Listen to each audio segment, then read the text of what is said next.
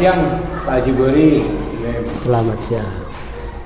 Pak, langsung saja Pak, gimana Pak hasil ya selama mengikuti sidang terkait dengan rusunawa kan sempat terjadi mediasi Pak. Ya. Ini bagaimana Pak hasil akhir sementara ini Pak? Jadi perkara nomor 18 yang terkait rusunawa itu ada putusan yang namanya putusan sela. Oh, udah dapat putusan sela ya? Ya. Yang intinya mengabulkan eksepsi para tergugat. Oh, iya.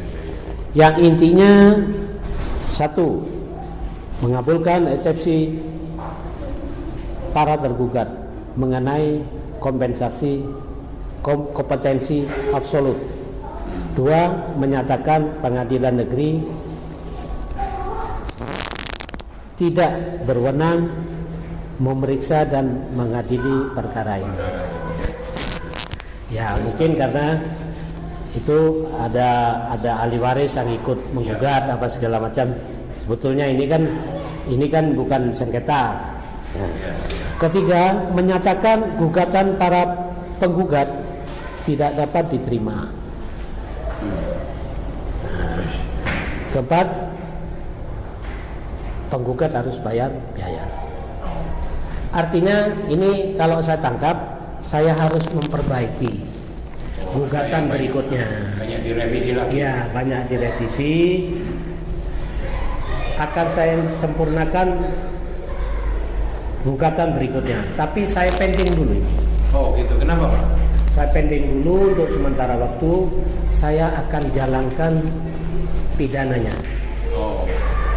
Karena jelas pidananya SHM 1010 sampai saat ini itu masih milik masyarakat, yaitu saya dengan para keluarga dari Pak Jis.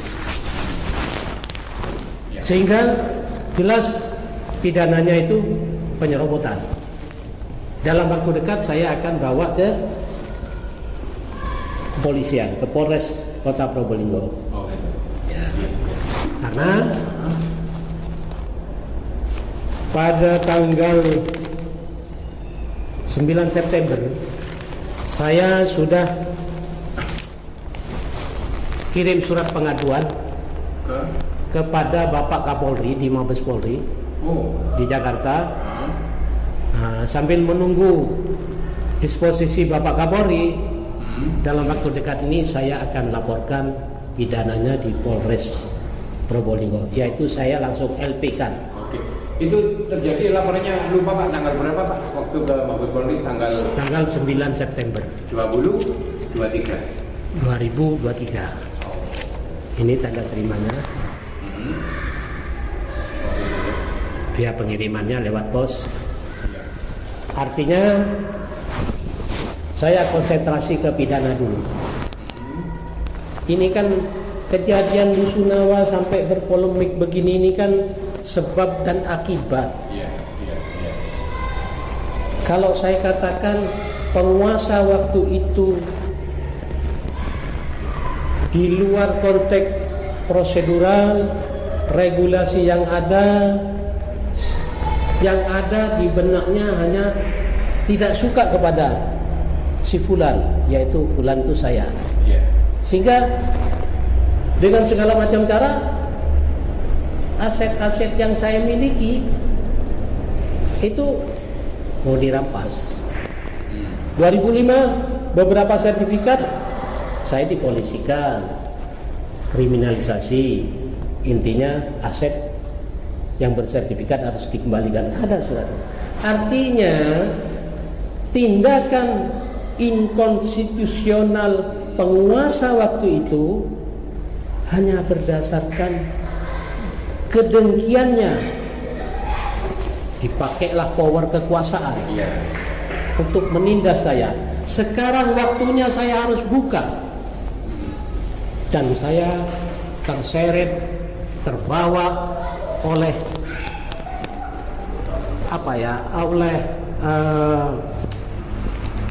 perjalanan waktu sehingga saya masuk ke dunia aktivis untuk melawan kekuasaan awalnya. Nah, awal saya menjadi aktivis, saya sudah merangkum ini. Mungkin bisa ditunjukkan lagi ya.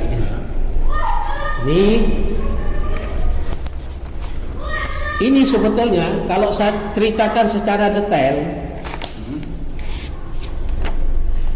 di sini ada indikasi kerugian uang negara. Kalau menurut surat sewa menyewa yang dilakukan oleh penguasa waktu itu, ini namanya kepada warga per meternya 14.000 per meter. Ini tanda tangannya. Ini ada dua perjanjian. Nah, dua perjanjian ini. Artinya kalau mengacu ke ini, partikel Bob KTI ini ada indikasi kerugian kas daerah kurang lebih 20 miliar. Dari hitungan realitas di lapangan. Kenapa? Saya tidak akan mengacu kepada BPK. Ini BPK. Jadi audit BPK itu ada dua. Ada 2008, ada 2010. Ini kalau mengacu ke BPK, ini sudah salah. Tapi BPK harganya hanya 2.500 per meter. Saya tidak mengacu ke BPK. Saya mengacu ke realitas. Waktu itu Pelindo tahun 2008 itu sudah 9.000 per meter menyewakan ke KTI.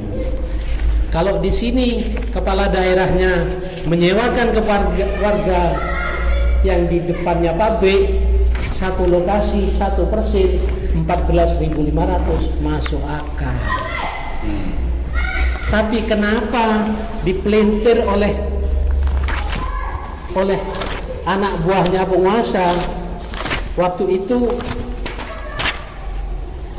Kabit Asep mengatakan sewa menyewa KTI 1.500 itu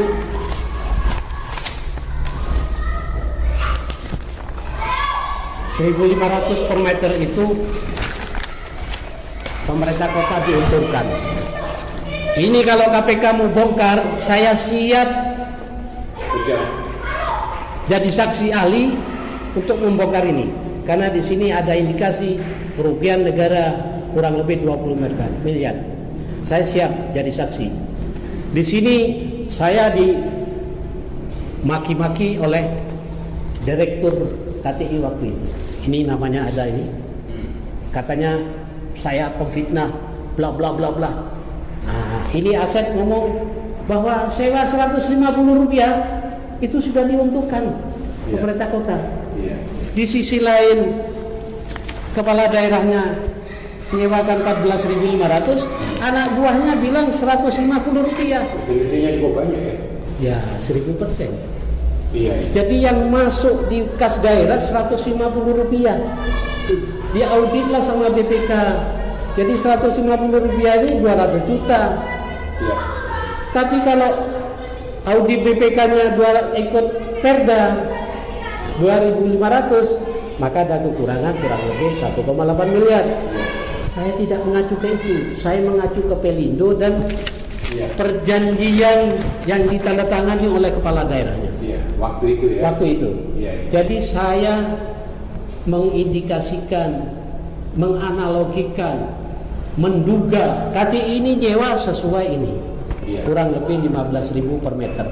Kalau 15.000 per meter benar dugaan saya, maka ada kurang lebih 20 sekian miliar, hampir 21 miliar yang harusnya masuk ke kas daerah. Ini wajib hukumnya kepada kepala daerah sekarang yang notabene-nya pemerintahan berkelanjutan untuk menanyakan kepada KTI.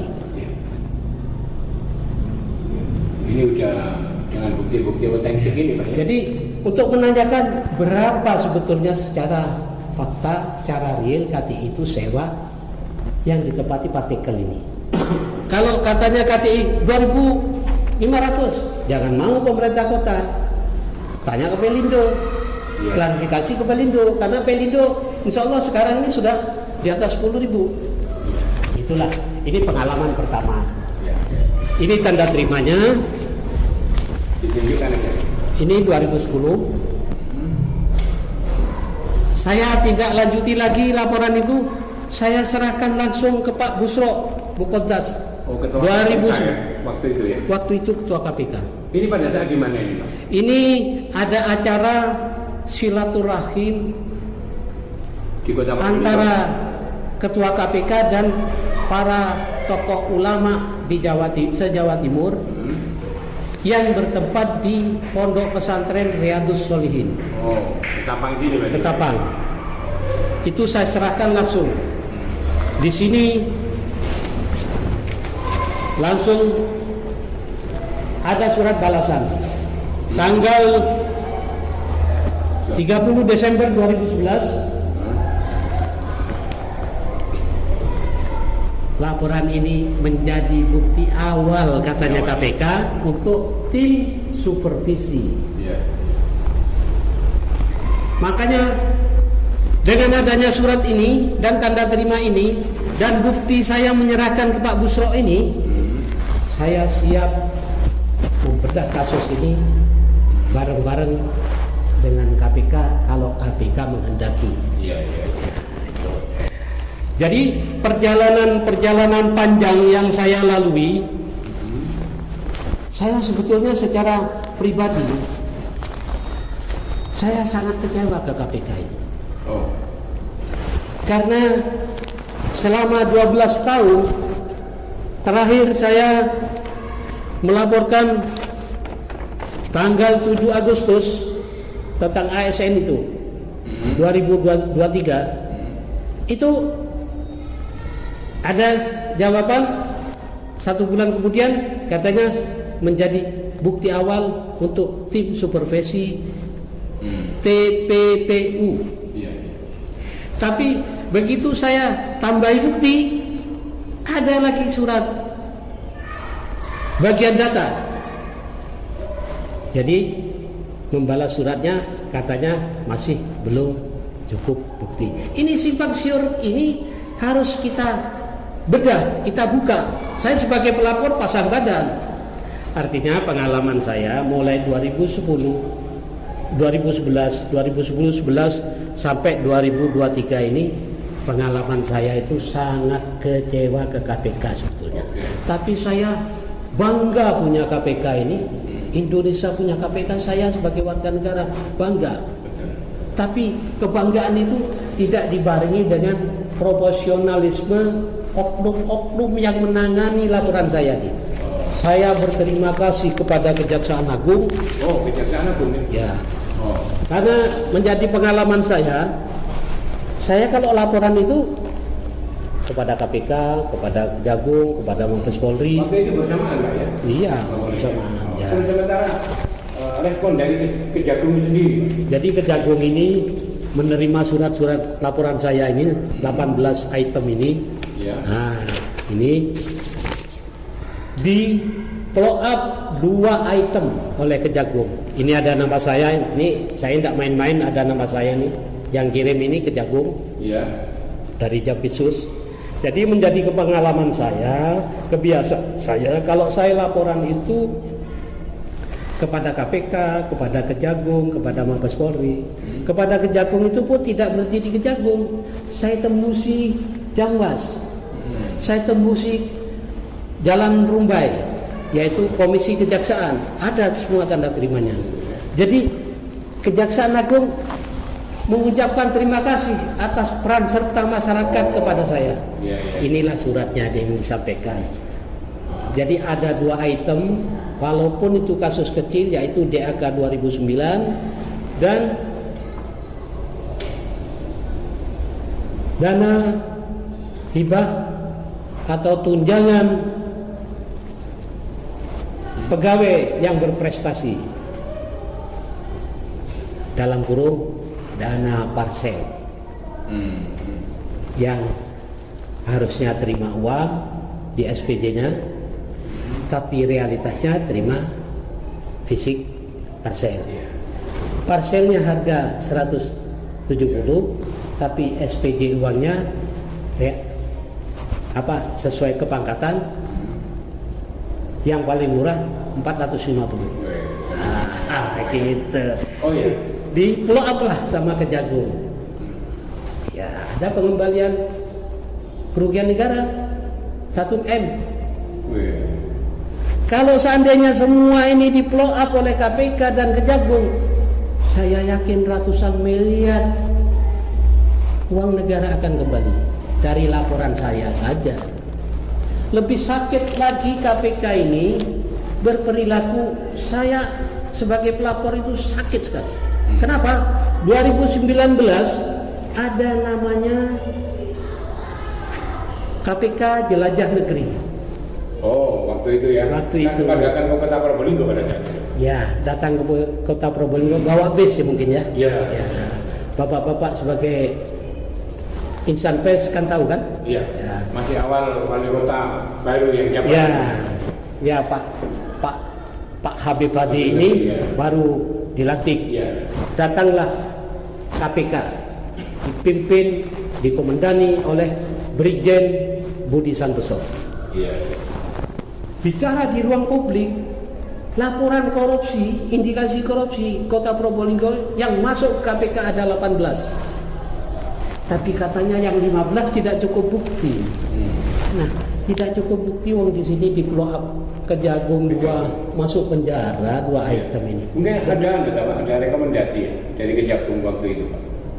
Apanya? Ya, maksudnya tanggapan dari yang Bapak laporkan ya. Ya, tanggapan di follow up 2 item itu. Ya. Tapi di satu sisi KPK bilang tidak cukup bukti. Ya. Nah, yang 15 tidak cukup bukti, yang 3 akan dinaikkan ke penyidikan. Ini yang bicara Bapak Brigjen Budi Santoso yang mengomandani KPK Jelajah Negeri. Ini saya ingin menanyakan ini. Akhirnya saya ke Jakarta setelah 1 tahun kemudian 2020-2021 saya ke Jakarta, saya tanyakan di bidang pengaduan apa katanya. Nah, ada namanya Pak Budi Santoso katanya. Wah, ini kan ya, saya juga heran ini. Bagaimana KPK ini? Ya itu loh. Nah, jadi saya terobatilah. Selama 12 tahun mondar-mandir ke Jakarta Probolinggo, saya merasa terobati dengan adanya Kejagung memblow up ini. Mudah-mudahan dengan adanya tayangan yang sederhana ini mungkin ada lebih respon lagi ya Mas dari ini. Mudah-mudahan dengan adanya tayangan ini, pengalaman saya ini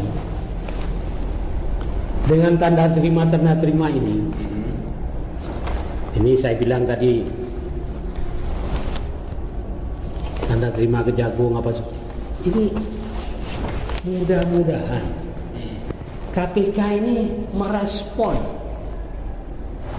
dan memanggil saya, mengajak saya untuk membedah satu persatu kasus ini, terutama ini.